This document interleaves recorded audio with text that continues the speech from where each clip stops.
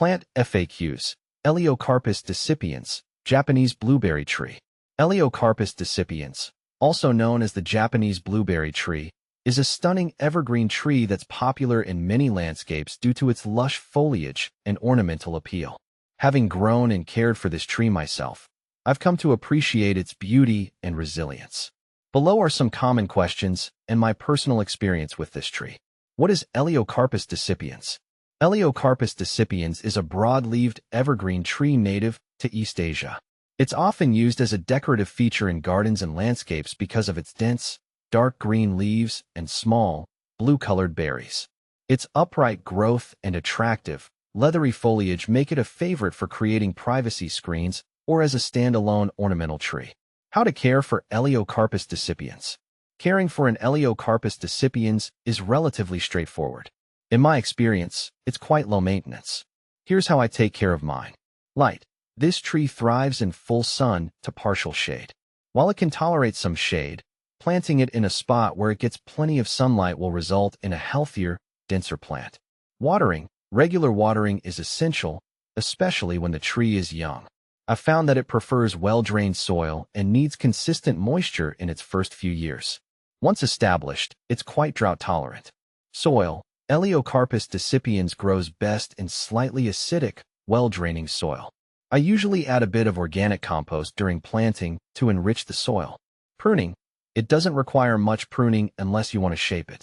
I prune mine lightly in late winter to early spring to maintain a nice shape.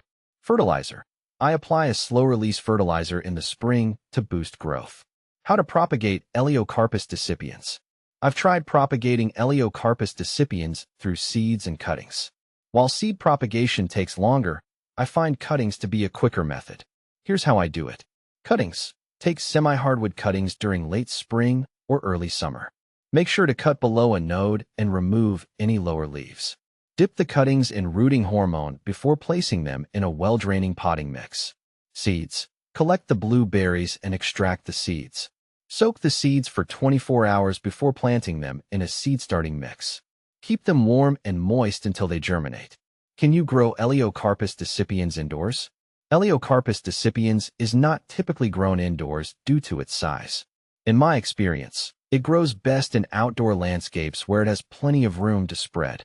However, if you have a large, bright indoor space with high ceilings, you could potentially grow it in a container for a while before transplanting it outside. Is Elaeocarpus decipiens poisonous? One of the most common questions I get is Elaeocarpus decipiens poisonous? To the best of my knowledge, Elaeocarpus decipiens is not considered highly toxic to humans or pets. However, I would still advise caution with the berries.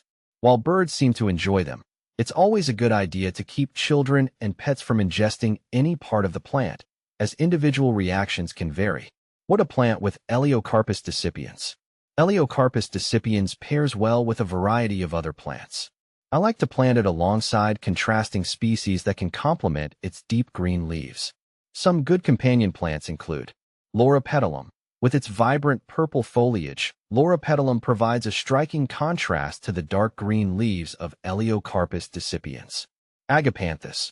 I love the way the blue flowers of Agapanthus echo the color of the berries. Camellias. These evergreen shrubs with their glossy leaves and beautiful blooms make a nice complement to Elaeocarpus decipiens.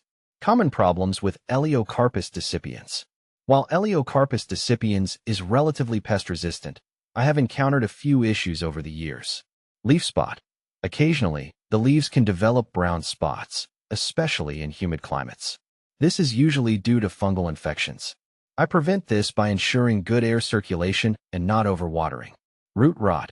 If planted in poorly drained soil, Elaeocarpus decipiens can suffer from root rot. To avoid this, I always plant it in well-draining soil and avoid waterlogged conditions. Benefits of Elaeocarpus decipiens. There are several benefits to growing Elaeocarpus decipiens. In my experience, it's not only an aesthetically pleasing tree, but also a functional one. Here are some advantages. Privacy screen. Due to its dense foliage and upright growth, it works wonderfully as a natural privacy screen or hedge in the garden. Bird habitat. The berries produced by this tree attract birds, making it a great addition if you're looking to create a bird-friendly garden. Drought tolerance. Once established, Elaeocarpus decipiens is quite drought-tolerant, which makes it an excellent choice for areas with less rainfall. Compare Elaeocarpus decipiens with other similar trees. Elaeocarpus decipiens can sometimes be confused with other evergreen trees, such as Ligustrum japonicum, Japanese privet. Both are commonly used in landscaping, but there are a few differences. Foliage. Elaeocarpus decipiens has larger, more leathery leaves compared to the smaller, waxy leaves of Ligustrum japonicum. Growth habit. While both trees have an upright growth habit, Elaeocarpus decipiens tends to have a more elegant, tree-like appearance, whereas Ligustrum japonicum is often pruned into shrubs.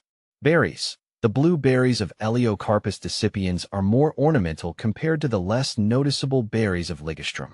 In summary, I've found Elaeocarpus decipiens to be a versatile and attractive tree that fits well in various landscape designs. Its ease of care, along with its unique berries and attractive foliage, make it a great choice for both novice and experienced gardeners alike.